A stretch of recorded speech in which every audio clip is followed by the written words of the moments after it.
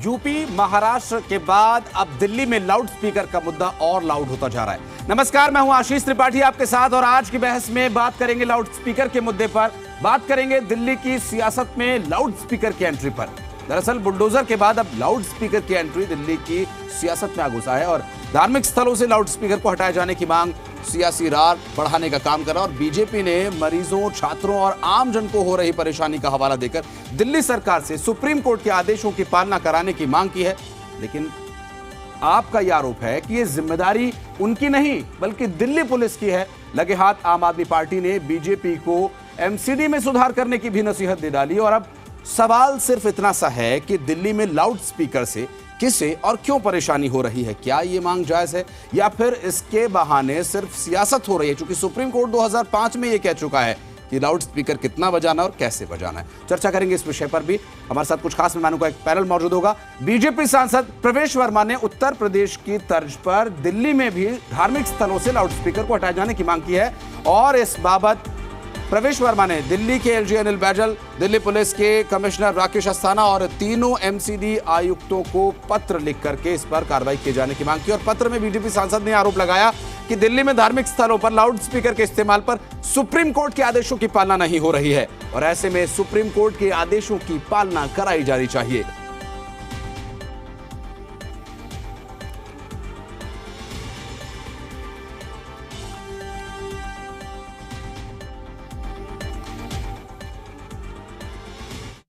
BJP सांसद प्रवेश वर्मा के बाद दिल्ली बीजेपी के अध्यक्ष आदेश गुप्ता ने दिल्ली के मुख्यमंत्री अरविंद केजरीवाल को पत्र लिखकर कुछ धार्मिक स्थलों से लाउड स्पीकर हटाए जाने की मांग की और इसके बाद उन्होंने ट्वीट किया और प्रेस कॉन्फ्रेंस करने के बाद लाउड स्पीकर से होने वाले ध्वनि प्रदूषण के मुद्दों पर लोगों का ध्यान आकर्षित करने की कोशिश की और कहा कि मरीजों और छात्रों को इससे परेशानी हो रही है।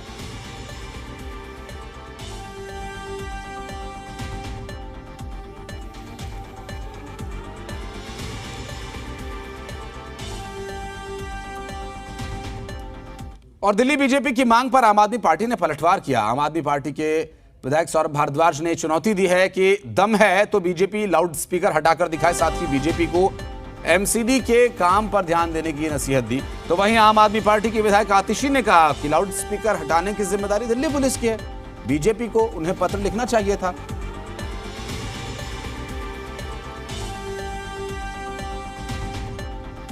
दिल्ली पुलिस कमिश्नर को पत्र क्यों नहीं लिखा गया? हालांकि इस मामले में एक बात यह भी है कि लाउड स्पीकर के विषय पर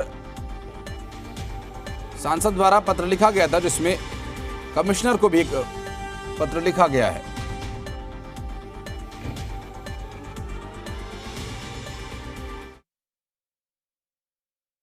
दिल्ली के मुख्यमंत्री साहब को हमने पत्र लिखा है कि दिल्ली के धार्मिक स्थलों से लाउड स्पीकर को हटाया जाना चाहिए। दिल्ली के स्वास्थ्य के लिए, दिल्ली के लोगों के लिए ये बिल्कुल ठीक नहीं है। दिल्ली के छात्र छात्राओं के लिए, जो रिसर्च स्कॉलर हैं उनके लिए, बीमार लोगों के लिए ये ठीक नहीं है। एक स्वस्थ और सभ्य समाज के में जहाँ पर धार्मिक स्थलों पर लाउड स्पीकर पर ऑलरेडी सुप्रीम कोर्ट का ऑर्डर हो और उसकी पालना कराना दिल्ली सरकार की जिम्मेदारी है। देखिए, सबसे पहली बात तो मैं उनसे ये कहूँगी कि चिट्ठी लिखने से पहले अगर वो इस बात का संज्ञान ले लेते कि इसकी जिम्मेदारी दिल्ली पुलिस की है, उनके पास लाउड स्पीकर हटाने की और उसकी कंप्लायंस की जिम्मेदारी है, तो शायद सबसे पहले तो उनको इस बात का संज्ञान लेना चाहिए। देखिए, मुझे ऐसा लगता है कि आदेश गुप्ता का दिमाग खराब हो गया है, उनको कोई अक्ल नहीं है। और मैं उन्हें बता सकता हूँ कि अगर दिल्ली के अंदर माता का जागरण होगा और उस पर लाउड स्पीकर लगेगा तो लगेगा। कोई आदेश गुप्ता की औकात नहीं कि वो वहाँ पे जागरण में से लाउड स्पीकर हटा के दिखा दे। और अगर वो चाहे तो हम किसी दिन जागरण करके दिखाएंगे, अगर है उसमें हिम्मत तो वहाँ पे वो लाउड स्पीकर हटा के दिखाए। रामलीलाओं का मंचन होगा तो उस पर लाउड स्पीकर लगता रहा है, लगता रहेगा। किसी आदेश गुप्ता के कहने से हम अपनी संस्कृति, अपनी सभ्यता को नहीं बदलेंगे। आदेश गुप्ता को बताना चाहते हैं कि 15 साल से एमसीडी में सरकार है उनकी, भ्रष्टाचार का बोलबाला है, लोग गालियां दे रहे हैं। कुछ काम करें, कुछ काम के बारे में सोचें। ये जो बेकार की बातें हैं उससे अपना दिमाग हटाएं। देखिए, अब मैं सिखों के बारे में कुछ कहूँ वो ठीक नहीं है। मैं मुस्लिमों के बारे में कुछ कहूँ वो ठीक नहीं है। मैं हिंदू हूँ तो मैं हिंदुओं के बारे में ज़रूर कह रहा हूँ कि मैं आदेश गुप्ता और आदेश गुप्ता की पार्टी के हर नेता को देख लूँगा। अगर हमारे यहाँ माता का जागरण होगा तो उस पर माइक लगेगा, और अगर इनमें है हिम्मत और इनकी माँ ने दूध पिलाया है तो हटा के दिखाएं।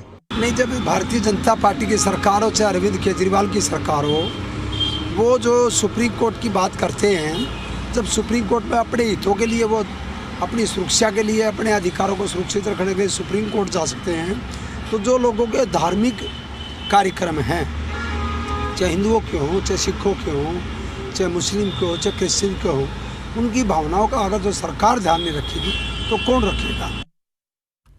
और अब सवाल लाउड स्पीकर के मुद्दे से जुड़े 3 अहम सवाल। सवाल पहला यह है कि दिल्ली में लाउड स्पीकर की आवाज से किसे और क्यों परेशानी है। सवाल नंबर 2 कहता है कि धार्मिक स्थलों से लाउड स्पीकर हटाने की मांग कितनी जायज है।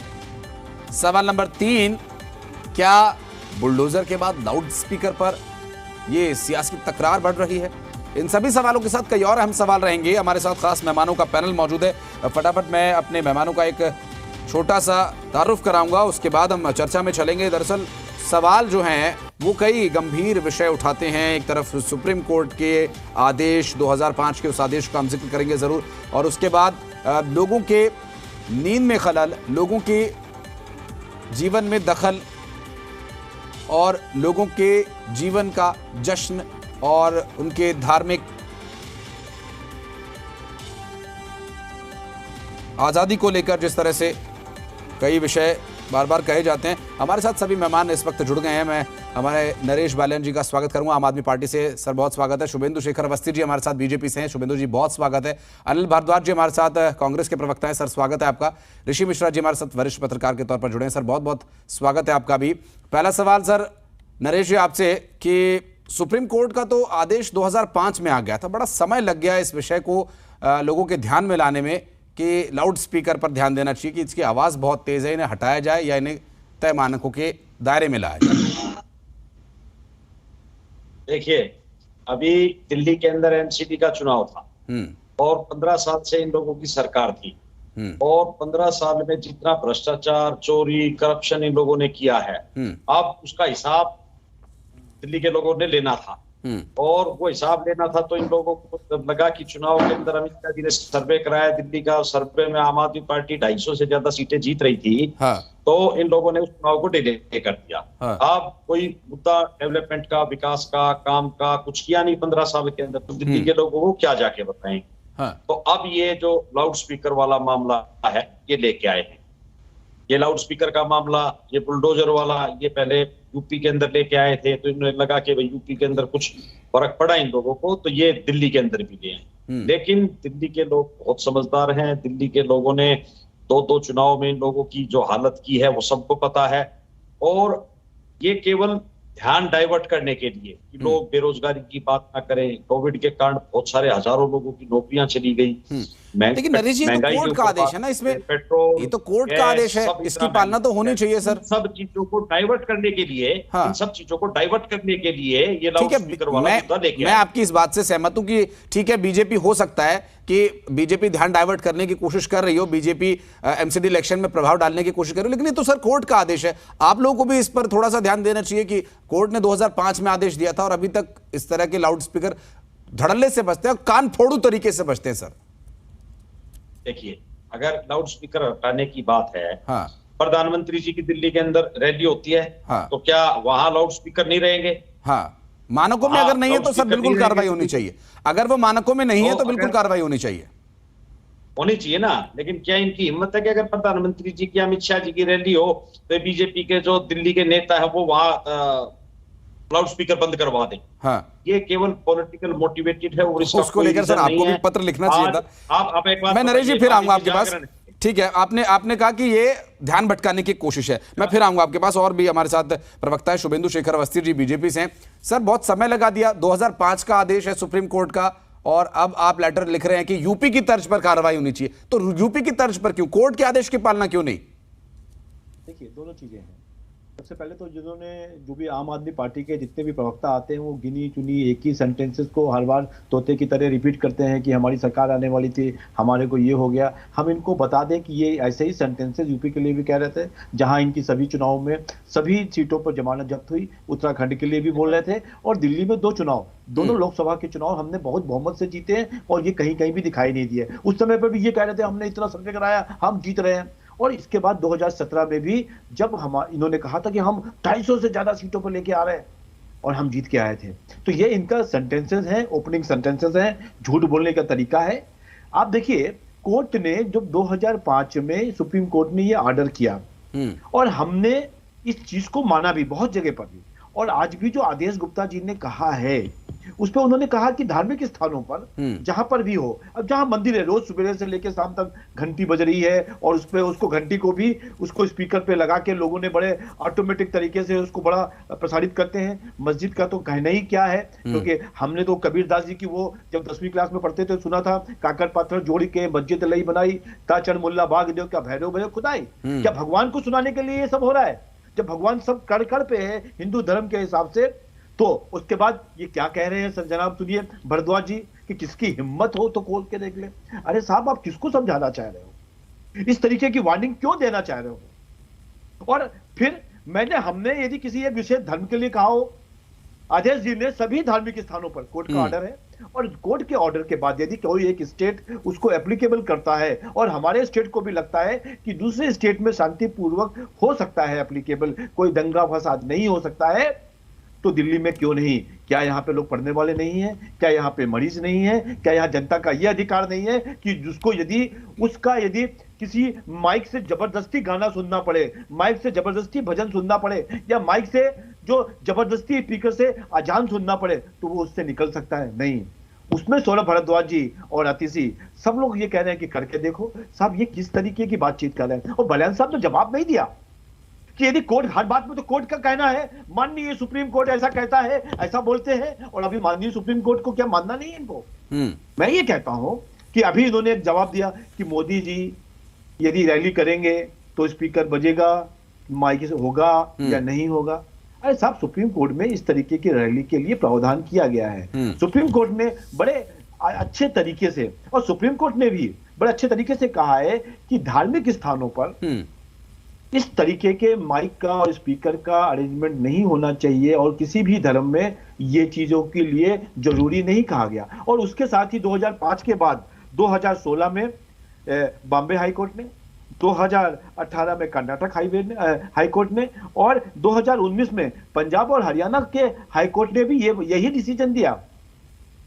परंतु ये अराजक लोग हैं, हर बात को लेके इशू बनाना चाहते हैं, हर बात को शांति से नहीं निपटाना चाहते हैं। ये चाहते हैं कि दिल्ली में जिस तरीके से इन्होंने यहां पर जहांगीरपुरी में दंगा भड़काया था, उसी तरीके से एक विशेष धर्म के लोगों को भड़काकर इस माहौल को खराब किया जाए। ये केजरीवाल के प्रवक्ता और उनकी पार्टी के लोग इस चीज में लगे हुए हैं। लेकिन शेखर साहब, आप भी इस बात को बीजेपी की तरफ से, आपसे कहने से मेरा मतलब बीजेपी की तरफ से जो विषय उठाया गया वो बड़ा समय लगा दिया। ठीक है, चलिए समय लगाया तो लगाया, लेकिन उस विषय को लेकर कि ठीक है वहां पर जो कंसर्न है वो मरीजों के लिए, बच्चों के लिए। सर, बच्चे तो पहले भी थे, बच्चे बहुत समय से हैं, मरीज बहुत समय से हैं, एक पर्टिकुलर समय में आप उठा रहे, वो इसी बात को लेकर आपके आम आदमी पार्टी की जो प्रवक्ता है वो इस बात को पॉइंट आउट ज्यादा करना चाह रहे हैं कि ये समय, अब एमसीडी इलेक्शन आ रहा है, इस वजह से वो ध्यान भटकाने की कोशिश कर रहे हैं। समय से कुछ नहीं होता, वो हर बात को समय से जोड़ते हैं, इलेक्शन से जोड़ते हैं। मेरा ये कहना है, यूपी में जब इसको बड़ा पॉजिटिव तरीके से सभी धर्म के लोगों ने उसको उतारा, चाहे मुस्लिम समाज के भाई लोग हों, चाहे हिंदू समाज के भाई लोग हों, उन्होंने इस चीज को एक्सेप्ट किया कि ये चीज जरूरत नहीं है। तो जब हमने ये देखा कि ये इस तरीके से समाधान हो सकता है आपस में बैठ के शांति से, तो दिल्ली में क्यों नहीं होना चाहिए। और दिल्ली की तो स्थिति इतनी खराब है साहब, गंगा भी, यमुना भी मैली है, हवा भी मैली है, और ये जो आवाज से भी और पोल्यूशन हो रहा है, कम से कम कहीं ना कहीं से कुछ तो कंट्रोल किया जाए, पर इनको समझ में नहीं आएगा। शेखर जी, सब कुछ कंट्रोल करना पड़ेगा। क्या दिल्ली की जनता को खुली हवा में सांस लेने का हक नहीं है? क्या दिल्ली की जनता को शांति से जीने का हक नहीं है? क्या दिल्ली की जनता को साफ पानी पीने का हक नहीं है? हर कुछ ठीक करना होगा। अनिल जी हमारे साथ जुड़ गए हैं, कांग्रेस के प्रवक्ता हैं, मैं आऊंगा शेखर साहब आपके पास। एक छोटा सा रिएक्शन और हमारे दो प्रवक्ता है और हमारे साथ वरिष्ठ पत्रकार भी, उनसे ले लेते हैं, उसके बाद और डीप में चलेंगे कि आखिर कहाँ परेशानी और कहाँ है ज्यादा समस्या जिसको पॉइंट आउट करने की जरूरत है। भारद्वाज साहब, अभी तक की जो परिस्थितियां हमने देखी, चाहे वो किसी की शादी हो, चाहे कांवड़ यात्रा हो, जगराते हो, मंदिर पर हो, मस्जिद पर हो, ये सभी जगह, हालांकि कई जगह तय मानक उम्र होता है, मैं सबकी बात नहीं करूंगा, लेकिन बहुत सारी जगह पर ऐसा होता है बहुत कान फोड़ू तरीके से कि बस सामने वाला त्रस्त होकर के कानों पर हाथ लगा ले, इतनी तेज आवाज में गाने और संगीत बजाया जाता है। सुप्रीम कोर्ट ने इसके बारे में ऑर्डर दिया कि ऐसा नहीं होगा, तय मानक होंगे, तय समय होगा। उसके बाद कांग्रेस की भी सरकार रही, बीजेपी की भी सरकार आई, दिल्ली में हालांकि बीजेपी की सरकार नहीं है, केंद्र में बहुत समय लग गया सर इस बात की ओर ध्यान लाने में, क्योंकि यूपी में नहीं हुआ था, अब यूपी में हो गया तो दिल्ली में होना चाहिए। क्या इस वजह से दिल्ली में होना चाहिए या वाकई में दिल्ली की जनता को भी शांति से जीने का हक है? अनिल जी, हम तो बहुत स्पष्ट हैं कि माननीय उच्चतम न्यायालय का कोई आदेश है तो सरकारों को उस पर काम करना चाहिए, उसका रास्ता बनाना चाहिए, उसको लागू करने का एक जो माहौल है उस पर काम करना चाहिए। लेकिन सवाल ये है कि अभी अवस्थी जी जो बीजेपी के प्रवक्ता के तौर पे कह रहे थे, यूपी का बार बार जिक्र कर रहे थे, हम तो ये कहना चाहते हैं भाई ये हमारी दिल्ली है। ये दिल्ली हमने 15 साल शीला दीक्षित के कांग्रेस के समय में दिल्ली को बनते हुए नया स्वरूप लेते हुए, दिल्ली को डेवलप होते हुए दिल्ली के लोगों ने भी देखा है, इसमें दंगे नहीं होते थे। इसको यूपी से मत जोड़ो, इसको यूपी ना बनाओ भैया, इसको दिल्ली रहने दो। इसको सबसे पहले दिल्ली के लोगों की जो जरूरतें हैं, दिल्ली के लोग आपसे क्या अपेक्षा चाहते हैं, उसकी तरफ ध्यान दें। आज बड़ी विडंबना है दिल्ली में कि दिल्ली के काम पे, दिल्ली के जनहित पे, जन कल्याण पे कोई चर्चा ही नहीं हो रही है। दिल्ली में चर्चा हो रही है बुलडोजर पे, दिल्ली में चर्चा हो रही है लाउड स्पीकर पे। क्या इसकी जरूरत है? मुझे लगता है कि कहीं ना कहीं दोनों सरकारें इस पर बात खड़ा करके, जो पहले का तरीका रहा है, पिछले 7 साल से आप लगातार देख लीजिए, चाहे कोविड का समय रहा हो, दिल्ली ने बहुत कुछ झेला है। शायद दुनिया की सबसे बदनसीब राजधानी रही जिसमें सबसे ज्यादा कोविड की मार रही राजधानी के। और दिल्ली का जो हालात है पिछले सालों में, चाहे डीटीसी की बसों को, आप पब्लिक ट्रांसपोर्ट को देख लो, नई बसें आई नहीं, बड़ी मुश्किल से अब कुछ बसें जुड़ी है। दिल्ली देहात में जो सड़कों की हालात है, वहां बसें जाती नहीं है, उस पर कोई चर्चा करने को तैयार नहीं है। दिल्ली में पॉल्यूशन का क्या लेवल है, पराली की बात होती है, पराली की सरकार एक बिल्कुल प्रचार प्रसार की सरकार हो गई है। ना तो सरकार दिल्ली में रहती है, ना मुख्यमंत्री जी दिल्ली में रहते हैं, प्रचार में व्यस्त हैं। कहते तो ये थे कि हम तो सिर्फ दिल्ली के लोगों की सेवा के लिए आए हैं, लेकिन आप रिकॉर्ड उठा के देख लीजिए, पराली पे जो घोल जिसपे खर्चा हुआ 2019 और 20 में, वो खर्चा हुआ 40 लाख रुपए का, और एडवर्टाइजमेंट पे खर्चा हुआ 16 करोड़ रुपए का। तो हम ऐसे नहीं कहते कि प्रचार की सरकार है। आज उसी प्रचार को, जो मुख्य मुद्दे हैं, दिल्ली की जो समस्याएं हैं, दिल्ली के लोग आज क्या झेल रहे हैं, उसको बार बार चर्चाओं में बुलडोजर और लाउड स्पीकर को बंद कराएं ना कराएं, ये एडमिनिस्ट्रेटिव काम है। दिल्ली में लेफ्टिनेंट गवर्नर साहब भी दिल्ली करते हैं, उनसे बैठ के चर्चा करके। सांसद ने लिखा एक पत्र, साहिब सिंह वर्मा, प्रवेश साहिब सिंह वर्मा ने पत्र लिखा है सर एलजी को, वो देखते हैं क्या उस पर जवाब देते हैं। और उसमें वो एक पत्र दिल्ली के पुलिस कमिश्नर को भी भेजा गया अनिल जी। और ये भी एक पॉल्यूशन है अनिल जी, मैं आपसे ये कहना चाहूंगा कि ये भी एक पॉल्यूशन है,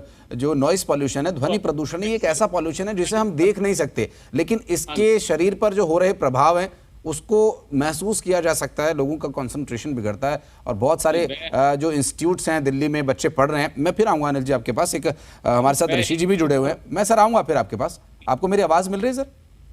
नहीं, मुझे आपकी आवाज मिल रही है। मुझे एक सेकंड, 10 हाँ ठीक है, आप अपनी बात पूरी कर लीजिए। ठीक है सर, मैं ये कहना चाहता हूँ कि आज दिल्ली में जो दिल्ली के गांव हैं, लगभग 16-17 गांव पे फिर एक भय की तलवार लटक गई है। वो जो जमीन ग्राम सभा की होती थी, जिसको ग्राम सभा में वेस्ट जो लैंड है, जिसका डेवलपमेंट गांव का हो, वहाँ गांव के डेवलपमेंट के सुविधा के अनुसार कम्युनिटी सिस्टम वहाँ डेवलप हो, उसके लिए बनना चाहिए था। वो जमीनें 96 में इनकी सरकार, जब एक बार बीजेपी की एक ही बार सरकार दिल्ली में आई थी, तो मुख्यमंत्री जी और कुछ मंत्रियों के विवाद में उसको आपने डाल दिया फॉरेस्ट लैंड में। आज उन गांव के ऊपर तलवार खड़ी है, वहां जितनी बस्तियां हैं जो 50-50 साल से वहां के, उनके ऊपर तलवार खड़ी हो गई है, उस पर चर्चा नहीं कर रहे। गरीब आदमी कहां जाएगा, वो भयभीत है। आपको उसको भय से बाहर लाना चाहिए। उस पर भी चर्चा करेंगे। आपने बहुत अच्छा मुद्दा उठाया। और उसके बाद कांग्रेस की भी सरकार रही 15 साल, जिसमें आपने दिल्ली का स्वरूप बदला, उसमें उसे बदला जा सकता था। ठीक है, मैं उस पर फिर आऊंगा। ऋषि मिश्रा जी हमारे साथ लगातार मौजूद है।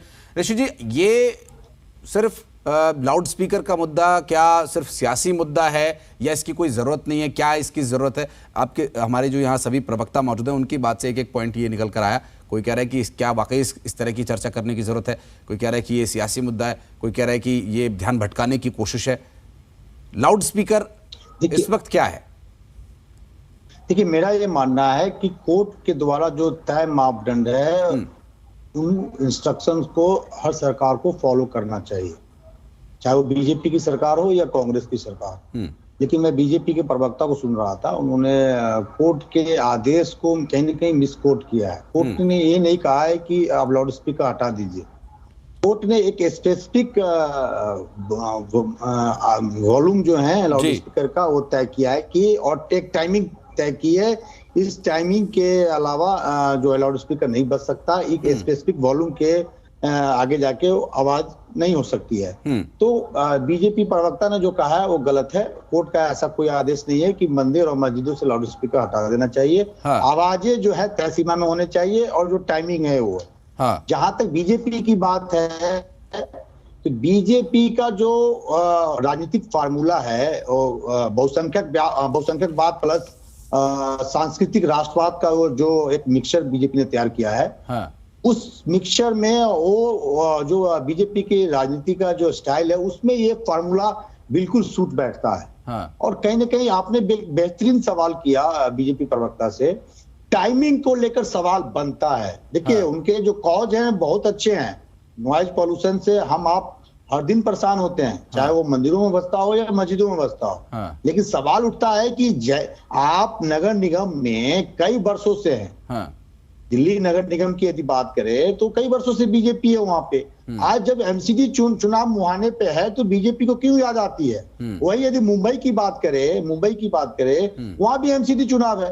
तो कहीं ना कहीं इसको एक राजनीतिक टच, पॉलिटिकल टच जरूर बीजेपी देना चाह रही है। हालांकि मैं इस बात से सहमत हूं कि नॉइज पॉल्यूशन से इस देश को बचाना चाहिए, लेकिन आप राजनीतिक रंग देके, एक धर्म का एंगल देके कहीं ना कहीं हिंदुस्तान का जो सामाजिक समरसता है उस पे आप प्रश्न चिन्ह उठा रहे हैं। और ये हम सब का कर्तव्य बनता है कि हमारे देश का सामाजिक समरसता खत्म नहीं हो, चाहे वो बीजेपी करे या कांग्रेस करे, आम आदमी पार्टी करे।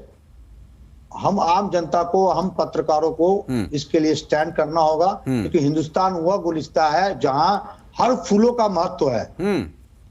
किसी के भावना को आप भड़का के, किसी एक धर्म की भावना को भड़का के हिंदुस्तान की तरक्की का आप नहीं सोच सकते। निश्चित रूप से ऋषि जी, आपकी लगभग बहुत सी बातों से मैं सहमत हूं। और चूंकि जो लाउड स्पीकर हटाए जाने का विषय है, मुझे लगता है ऋषि जी वो कुछ क्षेत्रों में है, क्योंकि कोर्ट ने ये भी मेंशन किया कि इन क्षेत्रों में आप लाउड स्पीकर नहीं बजा सकते। जिन क्षेत्रों में मानक तय है, मैं एक बार थोड़ा सा समय लेकर अपने दर्शकों के लिए बता देना चाहूँगा कि औद्योगिक क्षेत्रों में दिन का समय जो है वो सुबह 6 बजे के बाद से लेकर के रात के 9:59 तक है। 10 बजे के बाद आप नहीं बजा सकते। वहाँ 75 डेसिबल तक की आवाज़ आप बजा सकते हैं। और इसी तरह वाणिज्यिक क्षेत्रों में आप 65 डेसिबल तक बजा सकते हैं। आवासीय क्षेत्रों में 55 डेसिबल तक की तय किया गया। शांत क्षेत्रों में दिन के समय 50 डेसिबल रहेगा। और नियमों के माध्यम से ये स्पष्ट किया गया 6 बजे तक, रात के 10 बजे से आप ये लाउड स्पीकर कहीं यूज़ नहीं कर सकते। हॉस्पिटल के आसपास, कोर्ट के आसपास और जहाँ स्कूल्स हैं वहाँ पर आप इन्हें नहीं लगा सकते। अगर ऐसी जगह पर कोई मंदिर या मस्जिद पे लाउड स्पीकर लगा हुआ है तो उन्हें उतारना ही पड़ेगा। ये कुछ नियम इस तरह के हैं। और अगर मैं सर कहीं गलत हूँ ऋषि जी तो आप मुझे करेक्ट कर सकते हैं, बिल्कुल। और नरेश जी के पास चलेंगे। नरेश जी, ठीक है, बीजेपी भटकाने की कोशिश करे, लेकिन कोर्ट का तो आप सम्मान करते हैं, बीजेपी को भटकाने दीजिए, आप तो सही रास्ते पर लेकर चलिए। देखिए, अभी जो बात कही कि नॉइज पोल्यूशन होता है, नॉइज पोल्यूशन की बात बिल्कुल आपकी ठीक है, लेकिन नॉइज पोल्यूशन से पहले मैं आपको एक बात कहूं, 10 दिन हो गए पलसवा के अंदर आग लगी हुई है। वहां आसपास की कॉलोनियों में लोगों से रहा नहीं जा रहा। लोग घर छोड़ के चले गए हैं, लोग पार्कों में नहीं जा पा रहे हैं। लोगों ने स्कूल बंद हो गए हैं और वो पोल्यूशन इनको नहीं दिखाई देता। वहां पर लोगों का जीना दुर्भर हो गया है। दिल्ली के दोनों तीनों कोनों के ऊपर आप अगर जो जीटी करनाल रोड से दिल्ली पे आप एंट्री करोगे, आपको देखो कितने कूड़े के पहाड़ लगे हुए हैं। गाजीपुर से आप दिल्ली के अंदर एंट्री करोगे, देश की राजधानी है दिल्ली, क्या हाल कर रखा है उसका। वहां आग, पोल्यूशन उस आग से कितना फैल रहा है। ये इनको लाउड स्पीकर वाला पोल्यूशन दिखाई दे रहा है, ये लाउड स्पीकर वाला पोल्यूशन नहीं है। ये एक पॉलिटिकल मुद्दा बनाना चाहते हैं, ये पॉलिटिकल मुद्दा बनाना चाहते हैं इसको। नहीं तो जो बलसवा के आसपास की कॉलोनियां हैं वहां स्कूल और हॉस्पिटल्स बंद हैं, लोग पार्कों में नहीं जा पा रहे हैं। हाँ। वो नहीं दिखाई दे रहा इनको। और पिछले 15 साल से हाँ। इनकी सरकार थी, लगभग आप पता 17 साल के आसपास से सुप्रीम कोर्ट के ऑर्डर हो गए हैं। अब मान लीजिए आने वाला समय है, अब रामलीला है। हाँ। अब रामलीला के अंदर क्या ये लाउड स्पीकर नहीं बजाने देंगे? हाँ। क्या ये जो जागरण है, हनुमान चालीसा के पाठ है, हाँ। चौकियां ये विषय नरेश जी बहुत ही गंभीर आपने विषय ये उठाया है, क्योंकि सांस्कृतिक क्या पावर है इनके पास। मैं नरेश जी मैं आपको रोकना चाहूंगा क्योंकि अभी एक छोटे से ब्रेक के लिए हम रुक रहे हैं, लेकिन ये विषय जो आपने उठाया ये एक बहुत ही गंभीर विषय, सांस्कृतिक, धार्मिक और बहुत सारी इससे भावनाएं जुड़ी हुई हैं। और ये विषय बहुत ही गंभीर है कि क्या हम आगे आने वाले जो हमारे फेस्टिवल्स हैं उसमें हम इस तरह के आयोजन नहीं करेंगे, क्या हम वहां पर कोर्ट के आदेशों की पालना कर पाएंगे, क्या हम वहां पर इस पर पूरी गंभीरता दिखा पाएंगे। एक छोटे से ब्रेक के लिए रुक रहे हैं, उसके बाद शेखर जी के पास चलेंगे इसका जवाब लेने के लिए, और भी प्रवक्ता हमारे साथ जुड़े उनसे भी इस पर प्रतिक्रिया जरूर लेंगे। छोटा सा ब्रेक, बहुत जल्द लौटते हैं।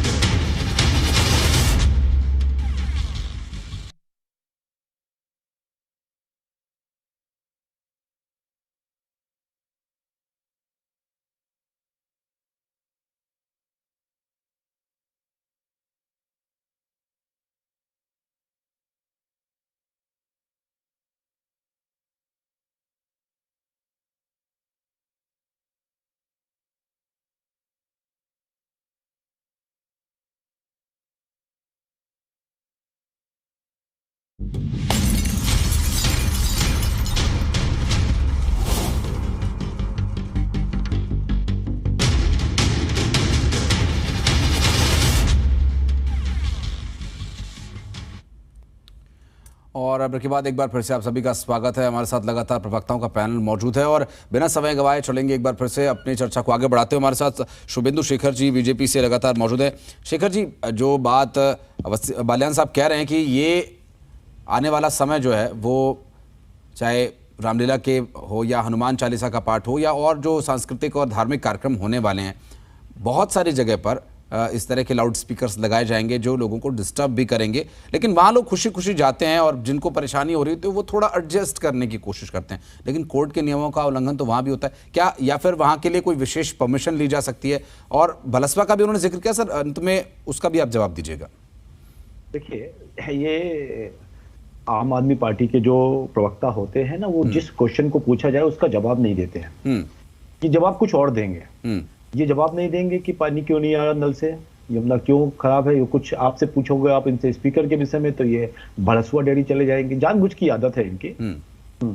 मैं इनको खाली एक बात बताना चाहता हूं। On October 28, 2005 the supreme court ruled that loudspeaker could be permitted to use till midnight on festive occasion for 15 days in a year. इसका मतलब है कि साल में 15 दिन, कोई भी 15 दिन स्टेट गवर्नमेंट उसको उस ओकेजन को अलाउ कर सकती है कि इतने दिन में हम रात को मिडनाइट तक चला सकते। और ये उसको स्टेट गवर्नमेंट को उन्होंने बड़ी, लाहौती साहब ने, आरसी लाहौती और जस्टिस अशोक भान जिन्होंने इसको कहा था, उसमें बड़ी क्लैरिटी में कहा है उन्होंने कि स्टेट गवर्नमेंट अपने स्टेट के हिसाब से ये थोड़ा बहुत रिलैक्स कर सकती है।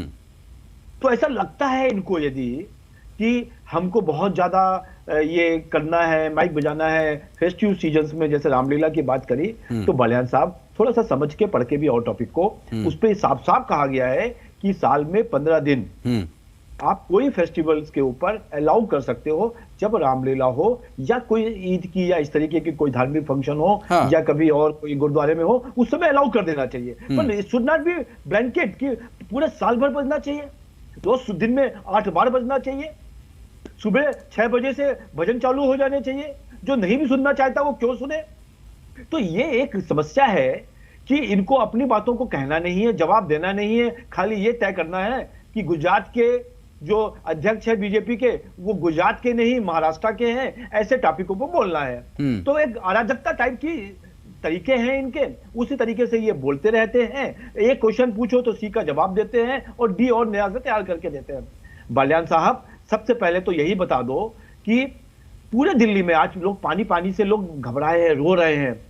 जहां पूरा दिल्ली पानी की कमी से रो रहा है, इतनी गर्मी पे आपको दिन से आगे लगी है। 500 करोड़ रुपए वहां पर आप लोगों ने उसके ऊपर खर्च कर दिए। 500 करोड़ रुपए 14 बार आग लग चुकी है, 14 बार आग लग चुकी है। ये गलत बात है, ये गलत बात है। खर्च हुए, आप बोल रहे थे करोड़ों रुपए के हर महीने आप लोग बिल बनवाते हैं वहां से, और आज तक आप बोल रहे थे तब मैं नहीं बोल रहा था। पहाड़ हम 100 दिन के अंदर खत्म कर देंगे। आज तक वो कूड़े का पहाड़ ऐसा का ऐसा है। आपने दिल्ली को नरक बना डाला है आपकी पार्टी ने, और आपके काउंसिलरों ने, आपके मेयर ने। इतना बुरा हाल है कि वहां लोग खड़े नहीं हो सकते। चुप हो जाइए। अब जाके देखिए, सुनिए सर, सुनिए, अब जाके देखिए गलत तरीका है। हाँ सुनिए सर, सुनिए बालियान साहब, सुनिए आप सुनिए, सेंटेंस भी नहीं बोला सर, एक एक करके बोलिए ना, एक एक करके। नरेश जी एक एक करके लगा रखे वहां पर। सर सुनिए, मैंने आप ही का प्रश्न पूछा। नरेश जी सुनिए ना, मैंने आप ही की बात को आगे बढ़ाया सर, आप अपनी बात को डिस्टर्ब करने लग रहे हैं। आप सुनिए तो सही, उसका हिसाब लेना था। नरेश जी पेंडिंग कर दिए। बालियान साहब, आप ही का प्रश्न मैंने उनसे पूछा है, आप ही के प्रश्न का उत्तर दे रहे हैं, तो आप ऐसे बोलेंगे सर डिस्टर्ब होगा थोड़ा। सुनिए बलियान साहब, दूसरे लोग जब बोला करें तो बीच में नहीं बोला जाता, ये एक डिबेट एटिकेट्स होता है, वो ध्यान रखें। मैं दूसरी चीज कह रहा हूं, जब पूरा दिल्ली पानी के कारण त्रस्त है, जिसको ये कहते थे 2014 में कि 1 साल के अंदर सबको नल से पानी दे देंगे, आज इतने सालों के बाद भी कुछ नहीं कर पाए। पर वही अपने घर के अंदर 10 फ्लैग रोड के अंदर 21 करोड़ रुपए का स्विमिंग पूल बनाते हैं, और 21 करोड़ का स्विमिंग पूल बनाते हैं, और उसमें आरओ वाटर का पानी जाता है। आज एमसीडी की हालत देखिए, एमसीडी ने क्या हाल कर रखा है सारी चीजों। ठीक है नरेश जी, शुभेंदु जी, आप लोग रुकिए, क्योंकि अनिल जी भी कुछ कहना चाह रहे हैं। अनिल जी के पास चलेंगे, कांग्रेस से हमारे साथ अनिल भारद्वाज जी हैं। बताइए कि अनिल जी, डिबेट में नहीं बोला जाता। मैं विनती करूंगा सभी प्रवक्ताओं से, किसी एक को नहीं बल्कि सभी प्रवक्ता को बोलूंगा कि आप थोड़ा सा विषय को विषयांतर ना होने दें, थोड़ा डिरेल होने से बचाएं। आप लोगों के सहयोग से ये बात किसी कंक्लूजन पे पहुंचेगी कि क्या लाउड स्पीकर विषय है दिल्ली का, दिल्ली के लोगों के लिए क्या वाकई लाउड स्पीकर बहुत बड़ा विषय। अनिल जी ने जैसा कि प्रश्न उठाया भी था, अनिल जी चूंकि ध्वनि प्रदूषण का विषय तो इस पर चर्चा होनी चाहिए, ठीक है, लेकिन समय को लेकर के आम आदमी पार्टी के प्रवक्ता आवाज उठा रहे हैं, और जिस तरह की परिस्थितियां बन रही हैं, बहुत सारे अलग अलग विषयों को भी उठाया जा रहा है। लेकिन अभी की बात करें तो ये एक समय था जब कांग्रेस की सरकार थी दिल्ली में, शीला जी ने बहुत बदलाव किए, आप बता रहे कि बहुत विकास दिल्ली में किया, और वो दिखता भी है, लेकिन उस समय ये विषय नहीं उठा, उस समय लाउड स्पीकर को लेकर के कभी चर्चा नहीं हुई, फिर आज क्यों? जो सुप्रीम कोर्ट का, माननीय सुप्रीम कोर्ट का आदेश है वो बहुत क्लियर है, और उसमें जो जांच का और जो फैसला लेने का अधिकार है, वहाँ जो लॉ एंड ऑर्डर मेंटेन करती है पुलिस, उसके पास है। कोई भी इस तरह का आयोजन अगर चल रहा है तो पुलिस को ये पता है कि आपके क्षेत्र में क्या कितने बजे तक उसको अलाउ करना है, पहली बात। लेकिन मुझे लगता है कि जो आपकी डिबेट में लाउड स्पीकर का झगड़ा है, जो वाद विवाद हो रहा था, वो विषय इतना गंभीर नहीं है। विषय जनहित के गंभीर है। दिल्ली की जनता बहुत सारी परेशानियों से जूझ रही है, उस पर चर्चा नहीं हो रही है। हम लगातार इस बात को कह रहे हैं कि जब भी कोई गंभीर चर्चा की बात आती है, कोई विषय आता है, दिल्ली में लोग कई अपेक्षा और उपेक्षा सरकार से महसूस करते हैं कि सरकार इसमें काम करेगी, तो दोनों सरकारें अपने अपने तरीके से ये तेजी से लड़ने और एक दूसरे पर आरोप प्रत्यारोप, ब्लेम गेम की पॉलिटिक्स शुरू कर देती है। दिल्ली में हम म्युनिसिपल कॉर्पोरेशन में बीजेपी के प्रवक्ता साहब से पूछना चाहते हैं, पहले कभी कोई एक अंडरपास दिल्ली का तिलक मार्ग हो या मिंटो रोड हो, उसका भरने की खबर आती थी। अब 1 घंटे की अगर दिल्ली में बारिश होती है तो पूरी दिल्ली का चक्का जाम होता है। दिल्ली में जगह जगह जल भराव होता है, और इतना जल भराव होता है कि आप अगर जाएंगे किराड़ी में, अगर आप जाएंगे बेगमपुर में, नाम बदलने की गांव की बात कर रहे हैं, मैं नाम से कोट कर रहा हूँ, 4-4 महीने से पानी नहीं निकला श्रीमान जी वहां से, और पानी एक आध इंच नहीं है, 6-6, 4-4 फीट पानी है। आप जाके उसकी जांच करके देखिए क्यों नहीं निकला है, किसकी जिम्मेदारी है? दिल्ली म्युनिसिपल कॉर्पोरेशन एक बारिश में बंद हो जाता है सारा दिल्ली, किसकी जिम्मेदारी है? आपने कभी सैनिटेशन पे आप ब्लेम करते हो कि आप कहने लगते हो जब आपसे सवाल किया जाए कि पीडब्ल्यूडी के पास चली गई है ये सड़कें, पीडब्ल्यू के पास चले गए ये नाले। भाई आप तय करिए प्राथमिकता आपस में बैठ के तय करिए। दिल्ली की जनता ने आपको चुना है, इसलिए नहीं चुना कि आप एक दूसरे पर आरोप लगा दें। जब जवाबदेही मांगी जाए, जब आपसे पूछा जाए, एक दूसरे पे आरोप प्रत्यारोप में लग जाते हैं और जो काम है वो छूट जाता है दूर। हम ये कहना चाहते हैं कि आपने जिस तरह से बात की वो देखी कि म्युनिसिपल कॉर्पोरेशन का 15 साल में क्या हालात आपने करे। आप तो कहते थे कि भ्रष्टाचार मुक्त प्रशासन कॉर्पोरेशन में देंगे, क्या हालात है दिल्ली के म्युनिसिपल कॉर्पोरेशन के? भय मुक्त प्रशासन देंगे कॉर्पोरेशन को, आपके बुलडोजर से डरे हुए लोग। आपने जो टाइमिंग तय की, क्या आप इसमें न्यायपूर्ण तरीके से तय कर रहे थे? आपने जो रेहड़ी पटरी वाले हैं, जिनका कानून 2013-14 में कांग्रेस गवर्नमेंट ने बनाया था, जो प्रोटेक्ट करता है उस रेहड़ी पटरी वाले को, सर्वे नहीं कराया दोनों सरकारों ने, सर्वे नहीं कराया साल से दोनों सरकार ने। कौन जिम्मेदार है? उन बेचारे गरीब रोजी रोटी जो बड़ी मुश्किल से कमा पा रहे हैं, कौन जिम्मेदार है उस गरीब का जिसके घर में खाना पकने के लिए उम्मीद रहती है कि आज रेडी लगेगी, डर बना रहता है कल लगेगी या हटा देंगे म्युनिसिपल कॉर्पोरेशन? क्यों नहीं कराया स्टेट गवर्नमेंट ने सर्वे? क्यों नहीं सेंट्रल गवर्नमेंट ने उसको कहा कि भी सर्वे पूरा होना चाहिए?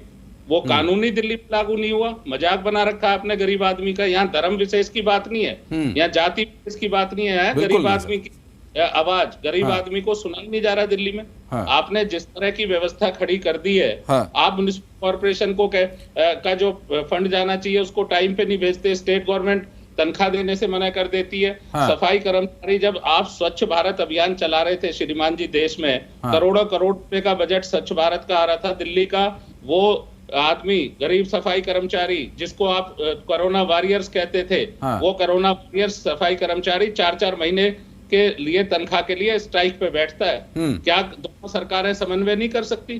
क्या लेफ्टिनेंट करना चाहिए सर, समय समय पर इसका समन्वय होना चाहिए। मैं अनिल जी, आपके जो ये आपने जो भी विषय रखे ये निश्चित रूप से चर्चा योग्य विषय है, लेकिन आपने जो आज का हमारा विषय आप कह रहे हो वो इतना इंपॉर्टेंट नहीं है। मैं चाहूंगा इस पे ऋषि मिश्रा जी जरूर कुछ रिएक्शन जरूर दें। अनिल जी मैं फिर आऊंगा आपके पास।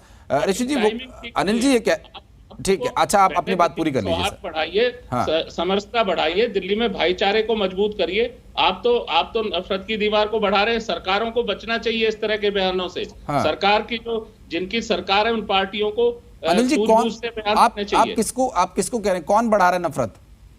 निश्चित तौर पे अगर आप ऐसे माहौल में जब दिल्ली कहीं ना कहीं संवेदनशील नजर आ रही है, आप भाईचारे की बात करें, अमन शांति के लिए लोगों को प्रेरित करें, ना कि उकसाने के बयान करें कि आज ये बुलडोजर इन जगहों पे चलना चाहिए। एक दिन में आदेश आता है, इतने दिन से कहां थी इंक्रोचमेंट हटाने की कार्रवाई? सारी दिल्ली में इंक्रोचमेंट है भैया, उसको एक दिन में आपने कैसे तय कर दिया? हमने सर इस पर चर्चा की थी अनिल जी, हमने इस पर चर्चा की थी कि दिल्ली में सिर्फ जहांगीरपुरी में ही वो अतिक्रमण नहीं हो रहा, बहुत सारी जगह है, उस पर भी हमने चर्चा की थी।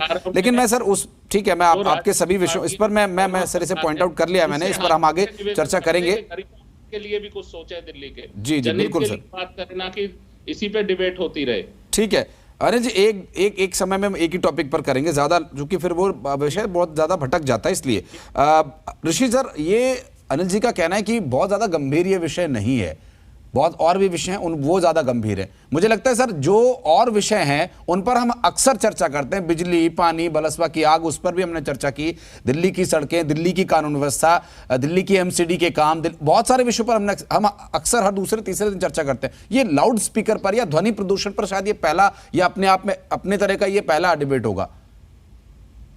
ठीक है, अनिल जी के बात से मैं सहमत नहीं हूँ। अनिल जी ने जो कहा कि नॉइज पोल्यूशन जो है एक बहुत महत्वपूर्ण विषय नहीं है, मैं उनके बात से सहमत नहीं हूँ, बहुत महत्वपूर्ण विषय है। लेकिन आप इसलिए सवाल उठा पा रहे हैं, भारद्वाज जी मैं बोल लेता हूँ, उसको आप बोल लीजिए। देखिए भारद्वाज जी उठा रहे हैं क्योंकि बीजेपी का जो सामाजिक ताना बना है उस पर कहीं ना कहीं उसकी क्रेडिबिलिटी पे सवाल, बीजेपी का जो स्टाइल है पॉलिटिक्स का, उसको लेकर भारद्वाज साहब ने जो उठाया है, या जनमानस में इस प्रकार का कहीं ना कहीं एक मैसेज जाती है। क्योंकि देखिए बीजेपी के कई नेताओं के पूर्व के बयान ले लीजिए, योगी साहब ने उत्तर प्रदेश में कहा 80 बनाम 20 की लड़ाई है।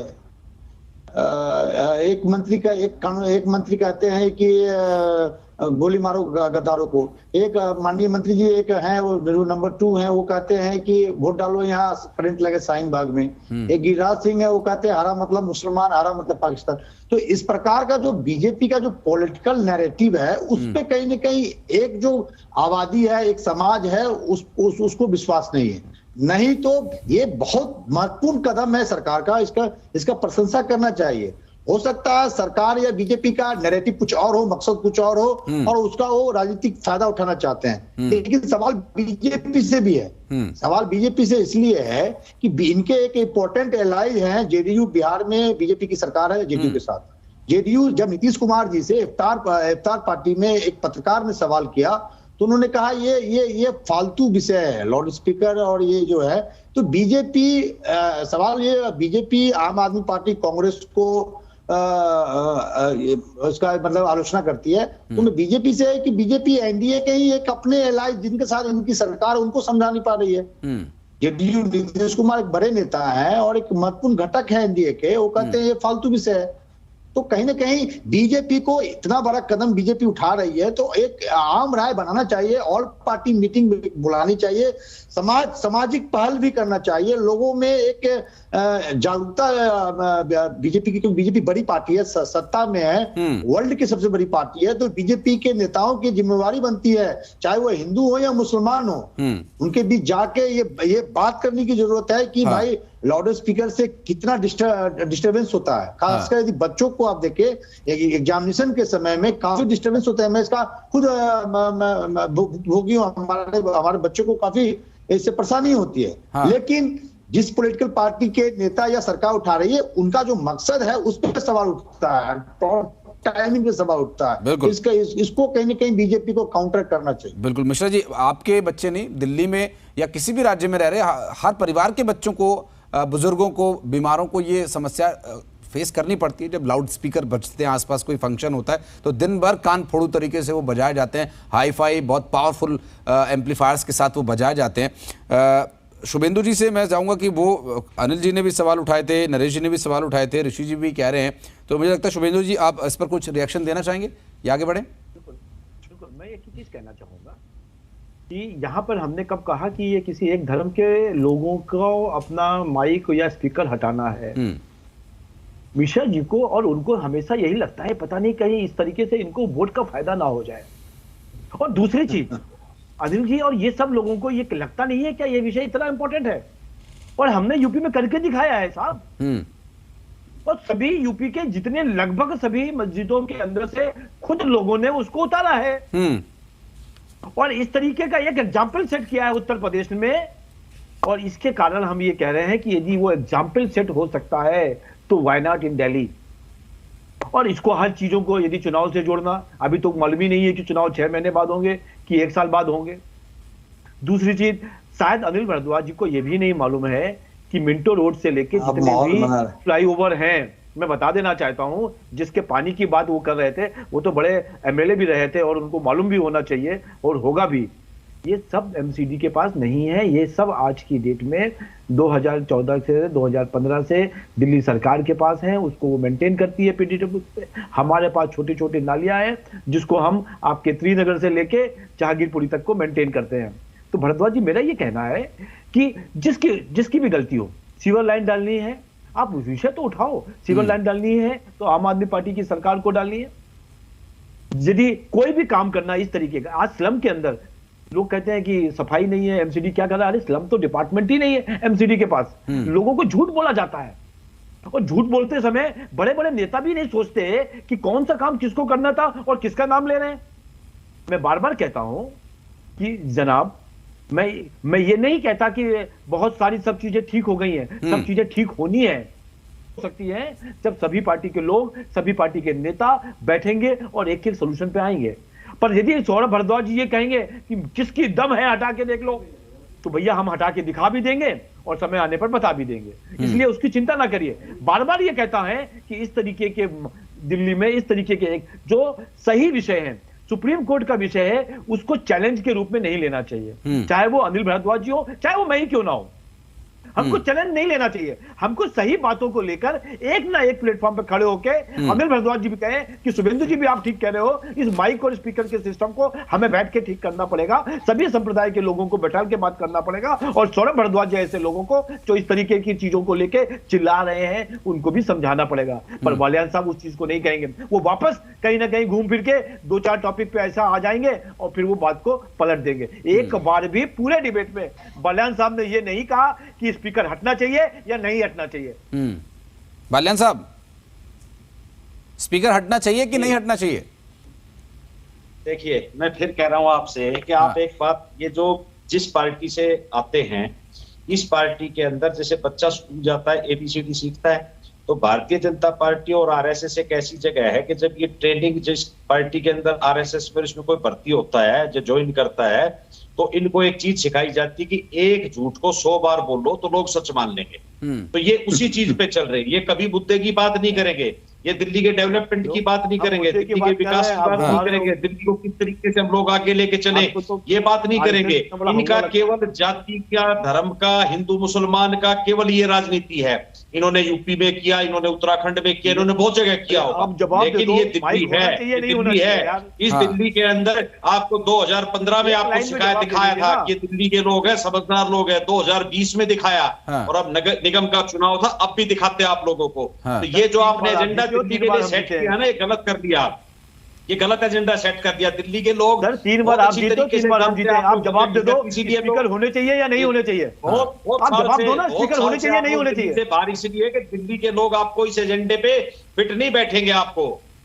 अरे सर, आप जवाब तो दे दो, आपके हिसाब से स्पीकर होना चाहिए या नहीं होना चाहिए? केवल मैं बता रहा हूँ ना आपको, एजेंडे के ऊपर ये सिस्टम जो है आप और कहीं करके किया होगा आपने, लेकिन दिल्ली के लोग साहब जवाब दे दो यार, सीधी तरीके से बैठने देंगे आपको। आप करिए बोला भाई, आप करके देखिए, दिल्ली के अंदर नहीं होना चाहिए, दिल्ली के आप ये आप तो कह दोगे कल को कि जो मंदिरों के अंदर घंटी बजती है वो भी नहीं बजने देंगे, उससे भी पोल्यूशन होता है। अगर होता है तो यदि घंटी भी इतनी तेज है, जैसे ऐसे ही रामलीला होंगी, ऐसे ही बाबा, ऐसे ही माता की चौकी होंगी, सारी की सारी चीजें होती रहेंगी। अगर आप में दम है, आपकी पार्टी में दम है, तो आप रोक के दिखाना। देखा ना, मैं यही कहना चाह रहा था। सुनिए बालियान साहब, मैं ठीक है, आप लोग, मैं इस चीज को जरूर मैं थोड़ी देर के लिए रोकना चाहूंगा। बालियान साहब, अभी शुभेंदु जी ने जो एक मुझे लगता है जो कोर्ट करके उन्होंने कोर्ट का ऑर्डर सुनाया, मुझे लगता है कि जागरण, माता की चौकी, रामलीला, उसके लिए कोर्ट का ऑर्डर ये है कि आप साल में एक बार 10-15 दिन के लिए आप, राज्य सरकार निर्देश दे देगी तो वो कर सकते हैं।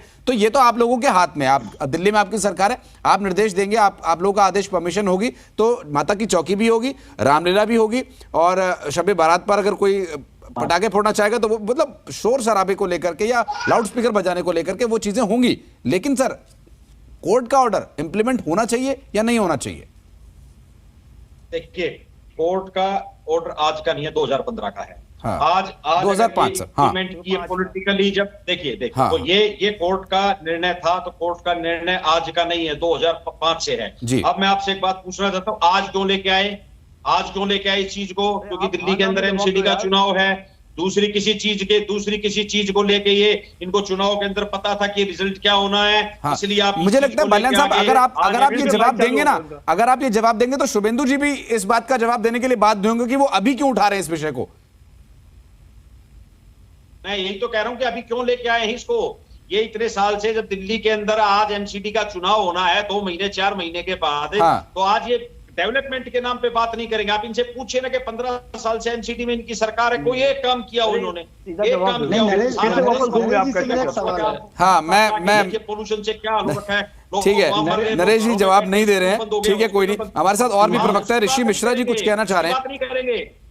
नरेश जी से मेरा एक सवाल है। नरेश जी विधायक भी रहे हैं और संयोग से मैं वहां रहता भी था जब ये विधायक थे। नरेश जी, जो कोर्ट का एडवाइस है या जो आदेश है, आप जो कहें, एडवाइस या आदेश जो भी कहें, क्या आप उससे सहमत हैं या नहीं है?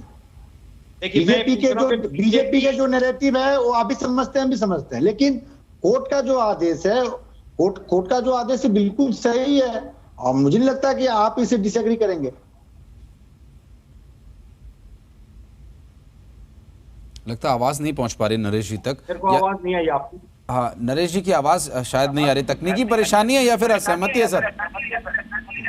कुछ तकनीकी परेशानी है मिश्रा जी, आवाज वो शायद वो उनकी आ नहीं पा रही है, तो उनके पास फिर चलेंगे। अनिल भारद्वाज जी बीच में फिंगर रेज कर रहे थे, क्या कहना चाह रहे थे भारद्वाज साहब? आप शायद शेखर साहब की बात का कोई काउंटर करना चाह रहे थे आप?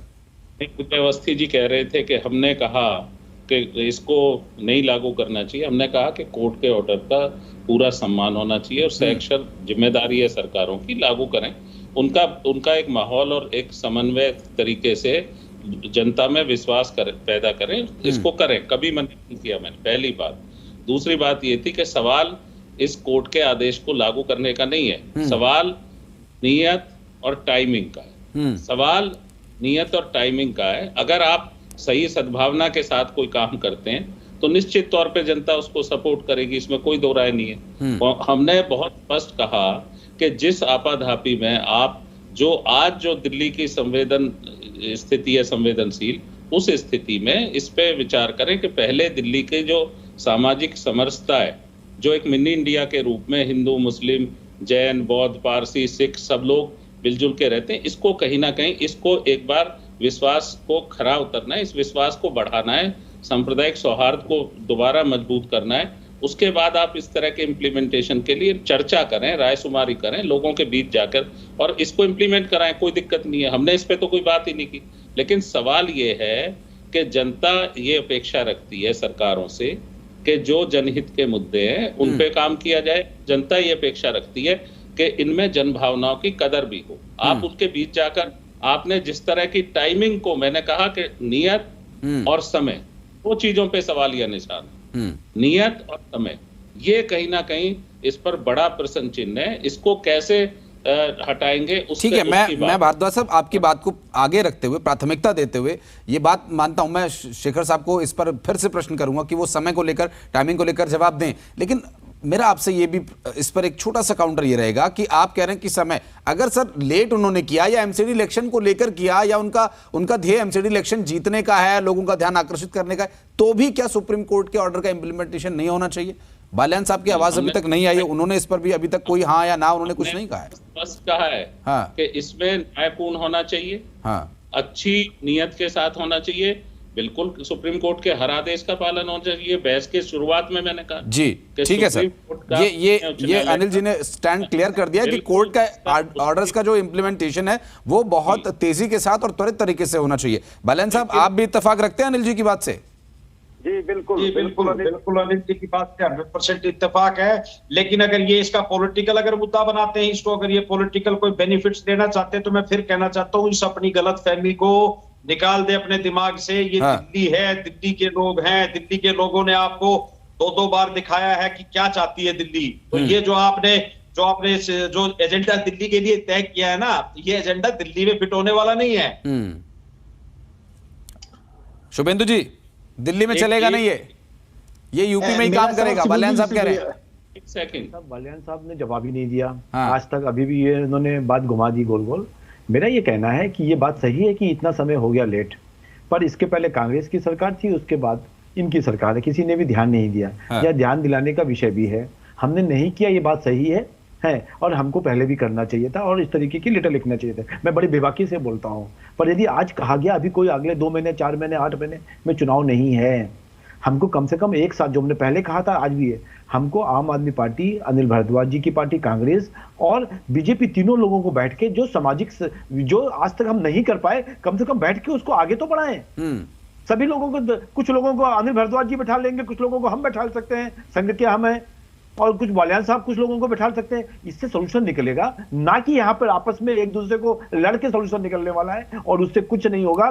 खाली हम लोग इस डिबेट को खत्म करेंगे और जो लोग देख रहे होंगे वो हम पर हंसेंगे। मैं आज भी आपके चैनल के माध्यम से ये कहना चाहता हूँ त्रिपाठी जी कि कांग्रेस, आम आदमी पार्टी और भाजपा, तीनों लोग मिलकर इस तरीके के जो विषय है, क्रिटिकल विषय है, एक आपस में समरसता बनाए, उनको समझाएं और एक लिमिट में लाए उनको कि इतना नहीं बजाना है। और जो कानून की व्यवस्था है। शुभेंदु जी एक सवाल है आपसे हमारा, आपकी एनडीए की सरकार है, एनडीए का संयोजक कौन है, नाम बताएंगे आप हमें? एनडीए का संयोजक कौन है? मीटिंग कितनी बार हुई है एनडीए की? तो आपके जो एनडीए उसकी बैठक नहीं होती है तो मैं बेसिक सवाल किया, उसका जवाब दे दीजिए। सर सुन तो मैं भी आपको जवाब दे रहा हूँ। एनडीए का जो मिनिमम एक्सेप्टेबल प्रोग्राम है उसको हम चला रहे हैं, उसमें कहीं लाउड स्पीकर नहीं है। कौन है? अरे साहब उसमें लाउड स्पीकर है नहीं, बताइए। आपने अभी नीतीश जी का नाम लिया, संयोजक कौन है? नाम बताइए। नहीं मैं जो सवाल किया, आप हमको एनडीए से लेने देने नहीं है। मैं एनडीए का प्रवक्ता नहीं हूँ, मैं बीजेपी का प्रवक्ता हूँ। सर सुनो तो, अब मेरे को यादव के बाद एनडीए का संयोजक कौन है? साहब मैं तो कह रहा हूँ, मेरे को टेस्ट एंकर महोदय, मैं कोई भी हो, मेरे को एनडीए से लेना नहीं, मैं भाजपा का प्रवक्ता हूँ। और मिश्रा जी समय की बात देता है, थोड़ी सी समय की बात देता है। मैं ठीक है सर, ठीक है सर, बताएं मिश्रा जी। मैं ये कह रहा हूं कि जब बीजेपी अपने एनडीए की बैठक नहीं बुला सकती है, तो आप कांग्रेस आम आदमी पार्टी से क्या बात करेंगे? और सामाजिक पालता की बात करते हैं। आपके मुख्यमंत्री कहते हैं मुसलमानों को वोट नहीं चाहिए, आपको चर्चा ही नहीं कराने दे रहे मिश्रा जी। वोट नहीं चाहिए। अरे भैया आप चर्चा ही नहीं कराने दे रहे हो। मैं पत्रकार हूँ ना, मैं आपका भी प्लस और इनका भी मैंने जानता हूँ। आपको चाहते नहीं है कि चर्चा भी हो। अनिल भारद्वाज जी को मैं बहुत समय से जानता हूँ, जब वो त्रिनगर के एमएलए थे तब से मैं जानता हूँ। उन्होंने सामाजिक समस्या के लिए बहुत काम किए, मैं चैनल के ऊपर बोल सकता हूँ। ये चलिए ठीक है मिश्रा जी, मुझे लगता है एनडीए की बैठक अगर नहीं बुलाई जा रही है तो इस पर भी प्रश्न होना चाहिए। लेकिन अभी जिस तरह की पहल करने की कोशिश है, अमूमन आप भी इस बात से शायद सहमत होंगे, इस तरह के राजनीतिक दल के नेता अक्सर इस तरह की बातें नहीं करते हैं कि ठीक है आप भी साथ आओ, कांग्रेस भी साथ आए, बीजेपी भी साथ आए, इस विषय पर मिलकर बातचीत करते हैं। बिल्कुल 30 सेकंड है मेरे पास। बाल्यान साहब, आप जाएंगे साथ में अगर इस तरह की चर्चा होती है? अगर मैं चलिए आपकी बात पड़ी, अगर आपके सांसदों ने ही कोई बैठक की है क्या इस पे?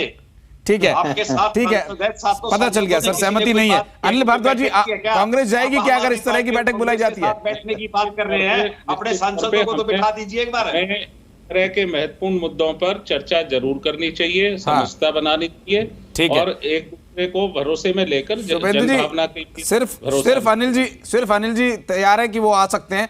बाल्यान साहब ने भी प्रश्न खड़ा किया, ऋषि जी भी प्रश्न खड़ा कर रहे हैं कि पहले एनडीए की बैठक बुलाइए, वो कह रहे हैं कि अपने सांसदों की बैठक बुलाइए। ठीक है, लाउड स्पीकर को लेकर विषय है कि आम लोगों के हित का ये विषय है, तो मुझे उम्मीद है कि इससे जरूर एक हद तक लोगों को ये बात पता चली होगी कि नॉइस पॉल्यूशन कितना गंभीर विषय है। और इस पर ठीक है, बीजेपी का अपना विषय हो सकता है कि वो इस समय क्यों इस विषय को उठा रही है, लेकिन यह हमेशा गंभीर विषय है और इसीलिए हमने आज इससे चर्चा का विषय है। बहुत शुक्रिया आप सभी मेहमानों का हमारे साथ समय साझा करने के लिए।